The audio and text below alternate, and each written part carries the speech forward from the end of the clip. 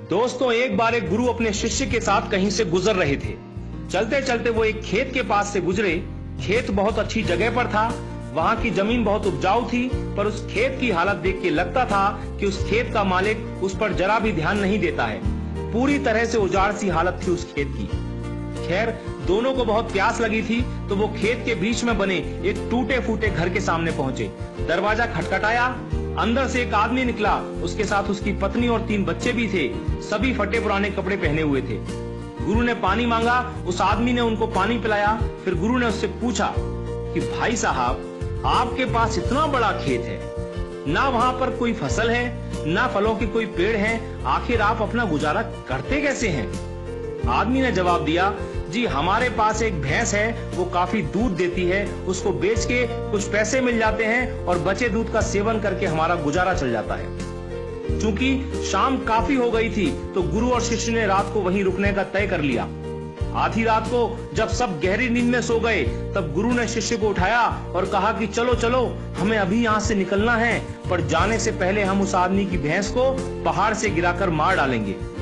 ऐसा करने का शिष्य का जरा भी मन नहीं था। उसे यह बहुत गलत लगा, पर वो गुरु की बात को टाल नहीं सका। सो वो भैंस को मारकर रातों रात वहां से गायब हो गए। ये बात शिष्य के मन में बैठ गई थी। 10 साल के बाद वो शिष्य एक सफल आदमी बन गया, तो अपनी गलती का पश्चाताप करने के लिए और उस आदमी की मदद करने के लिए अपनी कार से उस खेत के सामने पहुंचा। पर वहां उसने देखा कि उजाड़ खेत एक शानदार फलों के बगीचे में बदल चुका था। टूटे फूटे घर की जगह एक शानदार बंगला खड़ा था। जहां एक अकेली भैंस बंधी होती थी, वहां कई अच्छी नस्ल की गाय और भैंसें बंधी हुई थी। शिष्य ने सोचा कि शायद वो परिवार अपनी जमीन किसी को बेच के कहीं चला गया है, और ये सोचकर वो वापस लौटने लगा, तो उसे खेतों में वही 10 साल पहले वाला आदमी दिखाई दे गया। शिष्य उसके पास पहुंचा, बोला, शायद आपने मुझे पहचाना नहीं, 10 साल पहले मैं आपसे मिला था।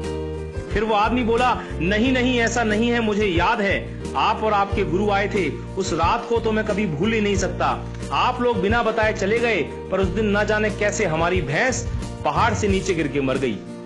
कुछ दिन तो समझ ही नहीं आया कि क्या करें, पर जीने के लिए कुछ तो करना था, सो लकड़ी काट कर बेचने लगा। पैसे आए तो खेत में बुआई कर दी। फसल अच्छी हुई तो उसे बेच के फलों के बगीचे लगा दिए। काम अच्छा चल पड़ा और आज मैं आसपास के 1000 गांवों में सबसे बड़ा फल व्यापारी हूं। शिष्य बोला, ये काम आप पहले भी तो कर सकते थे। तो आदमी बोला, तब जिंदगी बिना मेहनत के गुजर रही थी, कोई रिस्क नहीं था, तो लगा नहीं कि मेरे अंदर इतनी क्षमता है, सो कोशिश ही नहीं की। पर जब भैंस मर गई तो हाथ पांव मारने पड़े और फाइनली मैं यहां तक पहुंच गया। दोस्तों, कई बार हम भी परिस्थितियों के इतने आदी हो जाते हैं कि उसी में जीना शुरू कर देते हैं, चाहे वो कंडीशन कितनी भी बुरी क्यों ना हो। यहाँ तक कि हम अपनी नौकरी से कई बार इतनी नफरत करते हैं, पर फिर भी उसे पकड़े पकड़े जिंदगी बिताने लगते हैं। कई बार नए अवसर के बारे में हम बस इसलिए नहीं सोचते क्योंकि पुराने से हमारा दाल रोटी का खर्चा निकल रहा होता है। हम डरते हैं रिस्क लेने से, और सिर्फ इन्हीं वजहों से हम कभी अपने फुल पोटेंशियल को रियलाइज नहीं कर पाते। हम अपनी क्षमताओं का पूरा उपयोग नहीं कर पाते, जिससे हमारी लाइफ कहीं बेहतर बन सकती है। दोस्तों, सोचिए कहीं आपकी लाइफ में भी कोई ऐसी भैंस तो नहीं है जो आपको एक बेटर लाइफ जीने से रोक रही है। आपने कहीं उस भैंस को बांध के तो नहीं रखा है, और यदि लगे कि ऐसा है तो आगे बढ़िए, हिम्मत करिए और काट के फेंक दीजिए उस रस्सी को जो आपको बांध के रखी हुई है। दोस्तों, आपके पास खोने के लिए सिर्फ वो एक भैंस है, यानी जरा सी चीज, पर पाने के लिए आपके पास सारा जहान है। Sky is the limit. मैं शैलेंद्र सिंह, आपका दिन शुभ हो।